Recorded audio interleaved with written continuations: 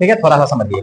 यानी कि हमारे पास क्या है, N2 है, S2 है, और ये दोनों मिल करके क्या बन रहा है, NH3 बन रहा है। ठीक है, अब देखिए हमें इसको बैलेंस करना है, तो मैंने आपको एक तरीका सिखा दिया है और ये इजी है। ठीक है, तो आप वो तरीका तुरंत लगा लोगे, दिमाग लगाना है, प्रैक्टिस करोगे, इजीली हो जाएगा। और वही तरीका आना ही चाहिए, वही तरीका आपको काम ही आएगा। ठीक है ना, क्योंकि जब आप सीनियर क्लास में जाओगे, 11th 12th वगैरह कभी भी, या चाहे 10th में ही, अगर मान लीजिए आपको कभी भी बैलेंस इक्वेशन लिखना है, ठीक है, तो आपको जल्दी जल्दी वो काम करना है। ठीक है, और जल्दी जल्दी का एक ही तरीका है जो मैंने आपको कल मेथड बताया था। ठीक है, इसके अलावा भी एक मेथड है जिसको हम लोग बोलते हैं अलजेब्रिक मेथड, और ये जो कल वाला मेथड था उसको बोलते हैं हिट एंड ट्रायल मेथड।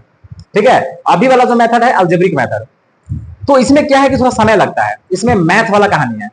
तो हम लोग इसका इस्तेमाल कब करेंगे, जब हम लोगों का दिमाग काम नहीं करेगा। ठीक है, जैसे मान लीजिए कि हम दिमाग लगा करके बना रहे हैं इसमें, लेकिन प्रयास कर रहे हैं, नहीं हो रहा है, नहीं हो रहा है, नहीं हो रहा है, तब लास्ट में जाकर के अलजेब्रिक मेथड हम लोग लगाएंगे। थोड़ा सा उसमें समय लगता है, ठीक है, लेकिन बन जाता है। ठीक है ना, तो लास्ट में जाकर के हम लोग क्या करेंगे, अलजेब्रिक मेथड का इस्तेमाल करेंगे। तो अलजेब्रिक मेथड में क्या होने वाला है, जैसे मान लीजिए कि जब हम लोग इसको बैलेंस करेंगे, ठीक है, तो इसके पीछे कुछ न कुछ आएगा, इसके पीछे भी कुछ आएगा, और इसके पीछे भी कुछ आएगा। मान लीजिए कुछ नहीं आएगा तो 1 होगा, लेकिन 1 तो होगा ना, कुछ ना कुछ होगा ना। तो हमने मान लिया कि भाई इसके पीछे में A होगा, इसके पीछे में B होगा, और इसके पीछे में क्या होगा, C होगा। अब देखिए यहां पर नाइट्रोजन कितना है, तो 2A। ठीक है, आपको निकालने आता है। यहाँ पे हाइड्रोजन कितना है, 2B। ठीक है, यहां पर नाइट्रोजन कितना है, तो C, और हाइड्रोजन कितना है, तो हाइड्रोजन हो जाएगा 3C। ठीक है, इतना काम कर लेना है। अब देखिए हमको बैलेंस करना है, तो बैलेंस करने का मतलब हुआ कि दोनों साइड नाइट्रोजन बराबर होना चाहिए, यानी कि 2A किसके बराबर होना चाहिए, C के बराबर लिख सकते हैं। ठीक है, इसको ऐसे लिख सकते हैं, 2 = C अपॉन A। ठीक है, यानी कि यहां से इसके नीचे में कुछ नहीं है, तो देखो C कितना है, 2 है, और A कितना है, 1 है। ठीक है, रेशियो के फॉर्म में। तो ये हो गया। उसी तरीके से अगर हाइड्रोजन को बैलेंस करना है तो कब बैलेंस होगा, जब 2B किसके बराबर हो जाएगा, 3C के बराबर हो जाएगा। ठीक है, 2B किसके बराबर होने वाला है, 3C के बराबर होने वाला है। तो यहां पे B क्या हो जाएगा, B बराबर हो जाएगा 3C अपॉन 2, और C का वैल्यू कितना है, 2 है, तो ये हो जाएगा 6 अपॉन 2 यानी कि 3। ठीक है, तो देखिए A आ गया 2, B आ गया 3, और C कितना आ गया, 2 नहीं, A 1 है। ठीक है, A कितना है, A 1 है। ठीक है, याद रखना है A कितना है, हमारे पास A 1 है, यानी A 1 है। चलिए देखिए, तो A 1 है, B 3 है, और C कितना है, 2 है। तो इस रिएक्शन को हम लोग कैसे लिख सकते हैं, A का वैल्यू कितना है, 1, तो 1 को तो हम लोग लिखते नहीं है, N2। उसके बाद B कितना है, तो B 3 है, यानी कि यहां पर हम लिख सकते हैं 3S2। उसी तरीके से NH3 यानी C कितना है, 2 है, तो यहां पे लिख सकते हैं 2NH3। देखिए आप चेक कर लीजिए, ये ऑलरेडी बैलेंस होगा। ठीक है ना, तो this method of balancing is known as algebraic method. ठीक है ना, अलजेब्रिक मेथड। ठीक है, तो ये अलजेब्रिक मेथड है इक्वेशन को बैलेंस करने का। ठीक है, तो ये बात याद रखना है। तो मेरे विचार से आप लोग सीख गए होंगे। ठीक है ना, यानी कि बराबर कर देना है, रेशियो वगैरह का खेला कर लेना है। ठीक है, चलिए एक दो और एग्जांपल लेकर के मैं आपको समझा देता हूं। ठीक है, और कोई एग्जांपल लिया जाए। ठीक है, कौन सा एग्जांपल लिया जाए, इस एग्जांपल को ले लेते हैं। कल ये सवाल नहीं बन रहा था, यानी कि जिंक नाइट्रेट है, इसका हॉल ट्वाइस, तो ZnO NO2 और O2 बनने वाला है। ठीक है, यानी कि अगला जो हमारा सवाल है वो क्या है, जिंक नाइट्रेट ZnNO3 का हॉल ट्वाइस है। ठीक है, इससे क्या बनने वाला है, ZnO बनेगा, NO2 बनेगा, और क्या बनेगा, O2 बनेगा। ये है। अब हमें क्या करना है, इसको बैलेंस करना है। तो दिमाग हमारा काम नहीं कर रहा था कल भी। ठीक है, मतलब दिमाग काम कर रहा था लेकिन ऑप्शन मैच नहीं कर रहा था। तो मान लीजिए हमको ये टफ लग रहा है कि भाई ये बहुत भारी है, हमसे नहीं होगा, तो अलजेब्रिक मेथड। ठीक है, A B C, और इसके पीछे में मान लीजिए कि हमने क्या लगा लिया, D लगा लिया। ठीक है, या वहां पर वो X Y Z करके दिया हुआ था। ठीक है, तो मान लीजिए कि यहां पर जिंक कितना है, तो जिंक है A, नाइट्रोजन कितना है, 2A, ऑक्सीजन कितना है, तो 6A। ठीक है ना, ये हो गया। यहां पर जिंक कितना है, तो यहां पर जिंक है B, और यहां पे नाइट्रोजन कितना है, तो नाइट्रोजन है C। ठीक है, और ऑक्सीजन कितना है, तो ऑक्सीजन है यहां पे 2C प्लस 2D, यहां पर 2D और यहां पर B। ठीक है, यानी कि इतना ऑक्सीजन है, आप समझिए। ठीक है। अगर हमें जिंक को बैलेंस करना है तो ए बराबर किसके होगा, बी के। ठीक है, सिंपल। तो याद रखिएगा ए हमेशा बी के बराबर होगा, यानी कि जितना यहां पर आएगा उतना ही यहां पर आएगा। हम ये समझ गए। ठीक है।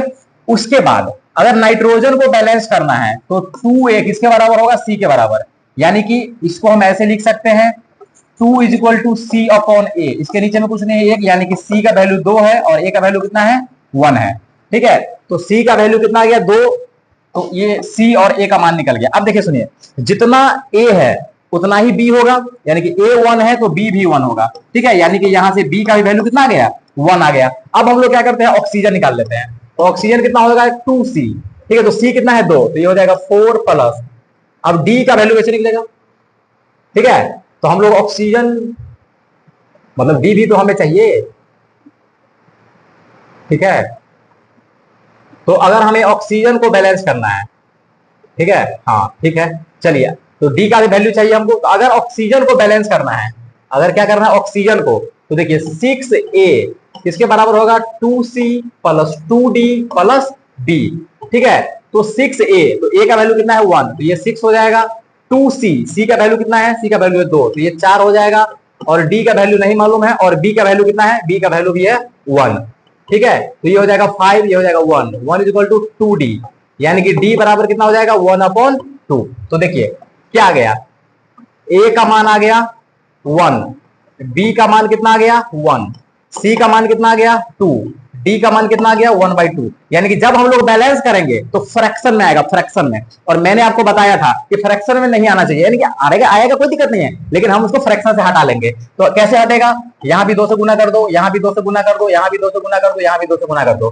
ठीक है। तो a आ जाएगा कितना, 2। तो इस रिएक्शन को हम लोग इस तरीके से लिख सकते हैं। ठीक है। यानी कि ये 2 आ गया, तो यानी कि यहां पे 2 आ जाएगा। ठीक है। यानी कि यहाँ पे 2 आ जाएगा। ठीक है।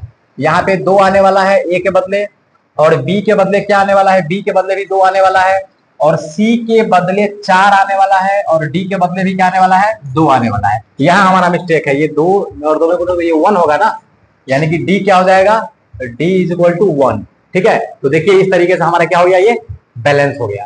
ठीक है ना। तो हम लोग इस तरीके से क्या कर सकते हैं, इसको बैलेंस कर सकते हैं। तो अलजेब्रिक मेथड एक अच्छा मेथड है, क्योंकि अलजेब्रिक मेथड में जब हमारा दिमाग काम करना बंद कर देता है तब हम लोग क्या करते हैं, ठीक है, मतलब अपना फंडा लगाते हैं। चलिए ठीक है। तो ये था बैलेंसिंग वाला। चलिए हम लोग अपना टॉपिक को आगे बढ़ाते हैं, और अगला जो हमारा टॉपिक है वो है कि हम अपने केमिकल इक्वेशंस को और इंफॉर्मेटिव बनाना चाहते हैं। ठीक है।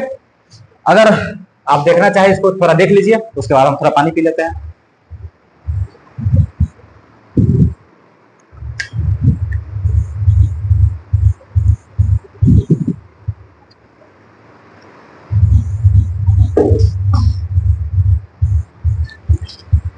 चलिए ठीक है, आगे बढ़ते हैं।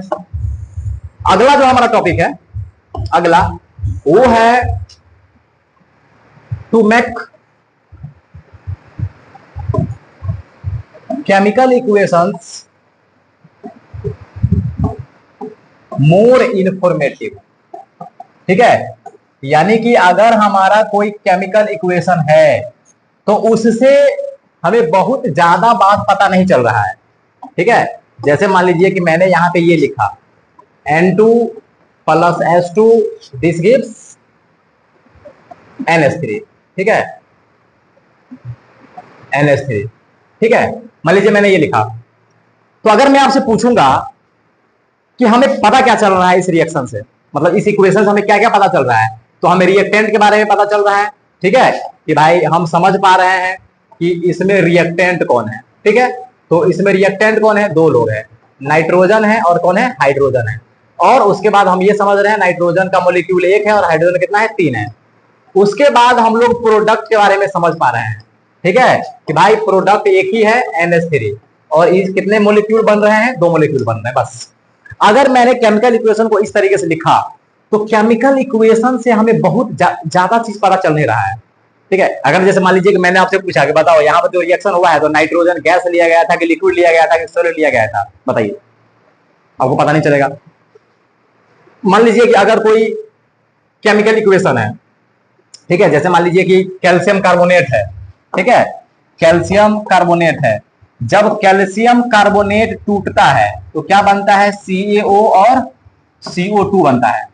तो हमें ये पता चल रहा है कि चलो भाई ये रिएक्टेंट है, ये दोनों प्रोडक्ट है, और कुछ नहीं पता चल रहा है। हमें ये बिल्कुल नहीं पता चल रहा है कि ये टूट रहा है, और ये भी नहीं पता चल रहा है कि ये कैसे टूट रहा है, ठीक है ना। हमें बस पता है कि ये रिएक्टेंट है और ये क्या है, प्रोडक्ट है। यानी कि अगर हम केमिकल इक्वेशन को बस ऐसे लिखते हैं नॉर्मल तरीके से, तो केमिकल इक्वेशन के बारे में हमें बहुत सारा चीज पता नहीं चल रहा है। तो हम क्या करेंगे, केमिकल इक्वेशन को थोड़ा और ढंग से लिखने का प्रयास करेंगे, ताकि केमिकल रिएक्शन ज्यादा इंफॉर्मेटिव हो सके, और केमिकल इक्वेशन के बारे में हमें और ज्यादा बात पता, यानी केमिकल रिएक्शन के बारे में और ज्यादा बात पता चले। तो इसके लिए हमको क्या करना पड़ेगा, केमिकल इक्वेशन को ज्यादा इंफॉर्मेटिव बनाना पड़ेगा, ठीक है ना। तो अगर हम चाहते हैं केमिकल इक्वेशन को इंफॉर्मेटिव बनाना, ठीक है ना, अगर केमिकल इक्वेशन को हम इंफॉर्मेटिव बनाना चाहते हैं, ठीक है, तो उसका जो एक उपाय है, ठीक है, वो ये है कि आप इसमें 3 चीज एक्स्ट्रा डालो, ठीक है। यानी कि 3 चीज हम जब लिख देंगे तो अच्छा खासा हो जाएगा, हमारे काम का हो जाएगा, ठीक है। पहला चीज कि जो रिएक्टेंट और प्रोडक्ट है उसके फिजिकल स्टेट की जानकारी हमें होनी चाहिए। दूसरा, ठीक है, हीट में कोई अगर बदलाव आ रहा है, ठीक है, जैसे मान लीजिए कोई इक्वेशन है जिसके लिए हीट की आवश्यकता होती है, यानी कि वो हीट एब्जॉर्ब कर लेगा। कुछ ऐसे रिएक्शंस होते हैं जिसमें हीट बनता है, तो हमें हीट के बारे में जानकारी चाहिए, यानी कि आप इक्वेशन में उसको मेंशन करो, ठीक है। उसके बाद हमें कंडीशंस के बारे में मालूम होना चाहिए, ठीक है। जैसे कुछ केमिकल रिएक्शंस होते हैं उसमें कुछ कंडीशन होता है, जैसे मान लीजिए आपने फोटोसिंथेसिस के बारे में सुना होगा, तो फोटोसिंथेसिस तभी होगा जब सनलाइट होगा, ठीक है। तो सनलाइट क्या है, एक कंडीशन है भाई, सनलाइट नहीं तो फोटोसिंथेसिस नहीं, वो रिएक्शन नहीं कर रहा है। यानी कि सनलाइट ना रिएक्टेंट है ना प्रोडक्ट है, लेकिन वो जरूरी है, समझ रहे हो ना, वो जरूरी है। अगर सनलाइट नहीं होगा तो फोटोसिंथेसिस नहीं होगा। तो कुछ केमिकल रिएक्शन एक पार्टिकुलर कंडीशन पर होता है, जैसे कुछ केमिकल इक्वेशन होगा, मतलब रिएक्शन होगा, वो तभी होगा जब प्रेशर 300 atm रहेगा।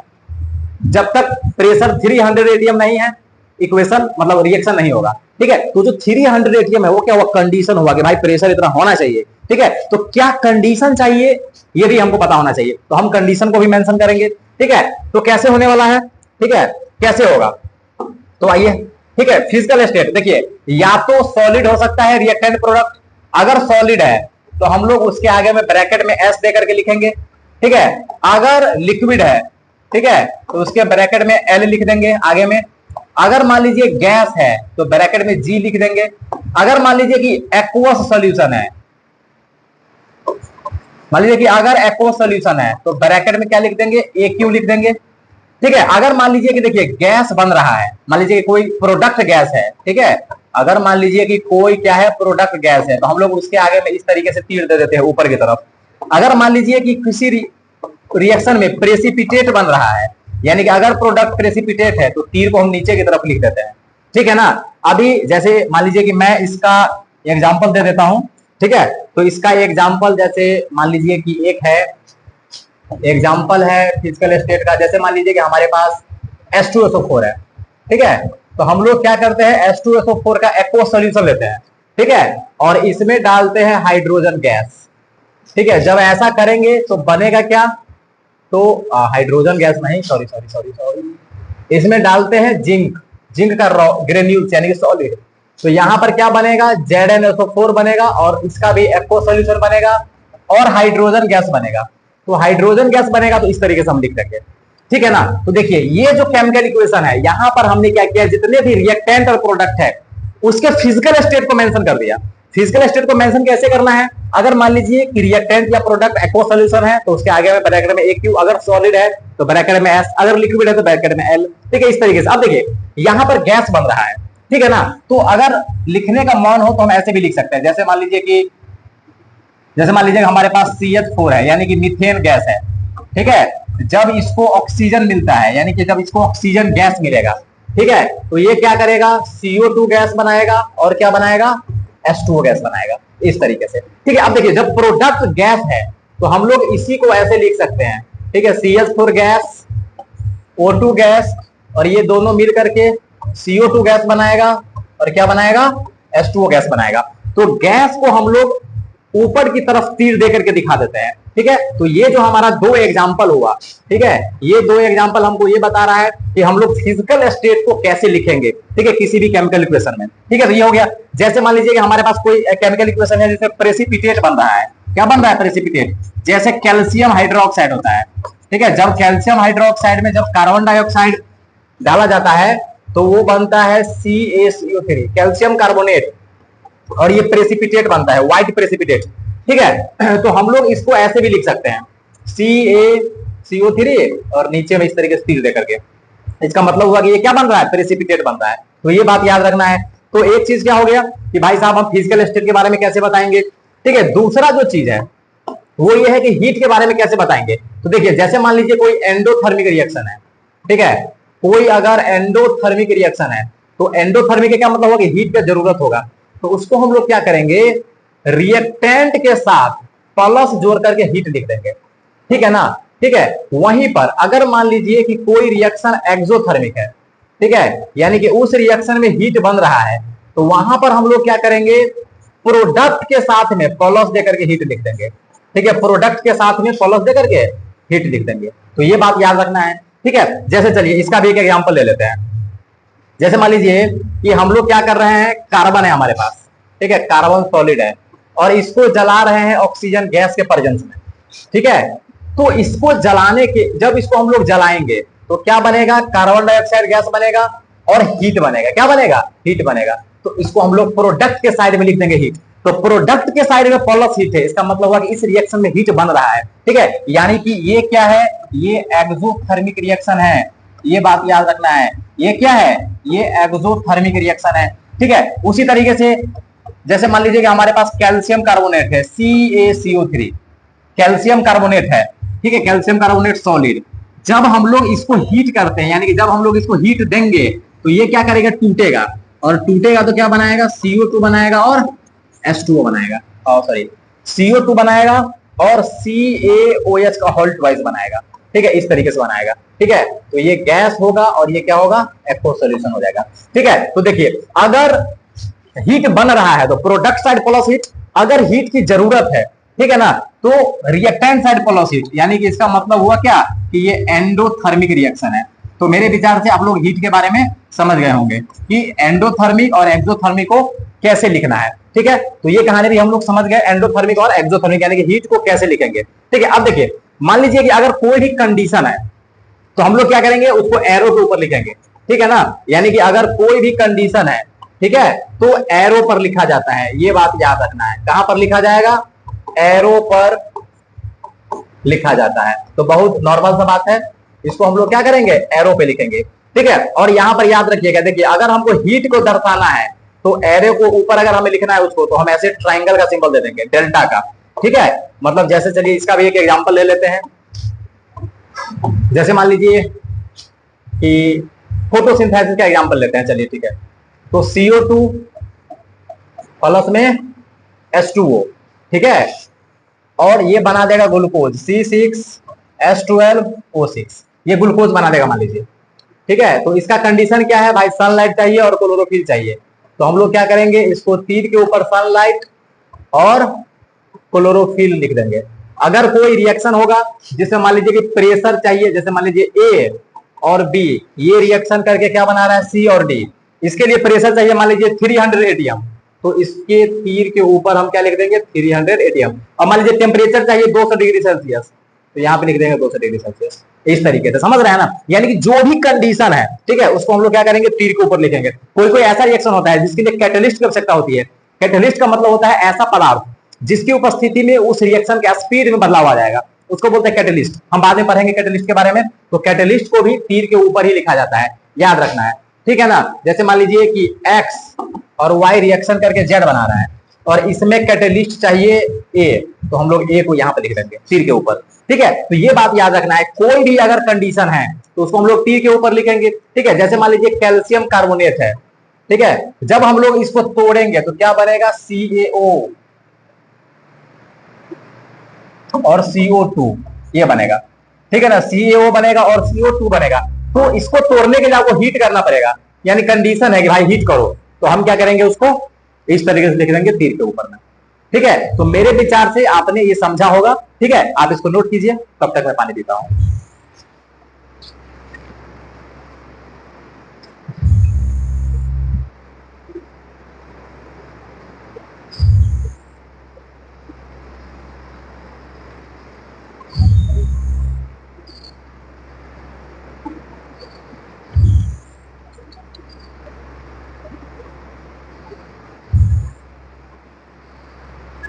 चलिए ठीक है, मेरे विचार से आपने ये देख लिया होगा।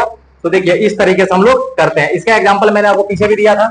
ठीक है, इस तरीके से कि मतलब हम लोग हीट को ऐसे भी लिख सकते हैं, या नहीं तो आप तीर के ऊपर लिखिए। ठीक है, ये CaOH का होल ट्वाइस नहीं बनेगा, CO2 प्लस CaO का सॉलिड बनेगा। ठीक है, तो ये हमारा है।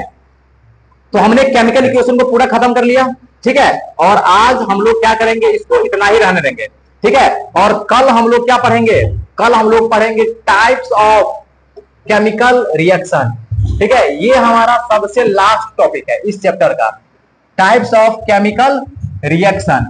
अगर हम लोग इसको पढ़ लिए तो समझिए कि हमारा ये चैप्टर खत्म हो जाएगा। अगर हम टाइप्स के बारे में बात करेंगे तो ये बहुत सारे टाइप्स होते हैं। ठीक है, जिसमें सबसे पहला टाइप का नाम है कॉम्बिनेशन रिएक्शन। ठीक है, याद रखना है कॉम्बिनेशन रिएक्शन।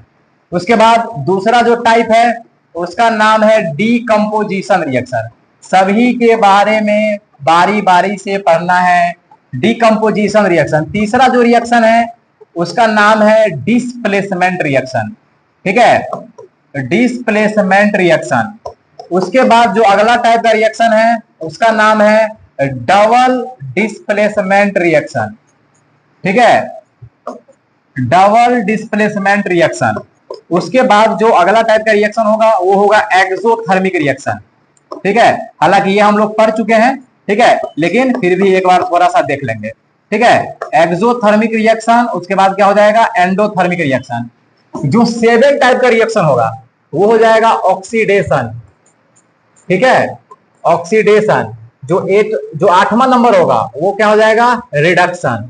ठीक है, रिडक्शन। जो 9th नंबर का हो जाएगा वो क्या है, रिवर्सिबल रिएक्शन।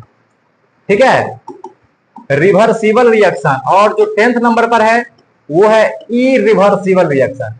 ठीक है, तो देखिए इस तरीके से हमारे पास केमिकल रिएक्शन 10 टाइप के हैं और हमें इस क्षेत्र में 10 के बारे में पढ़ना है। ठीक है, जब इसको हम लोग पूरा कर लेंगे यानी कि 10 का 10 टाइप पढ़ लेंगे तो हम लोग थोड़ा सा ऑक्सीडेशन के बारे में पढ़ेंगे। ठीक है ना, यानी कि ऑक्सीडेशन का डेली लाइफ में क्या यूज है।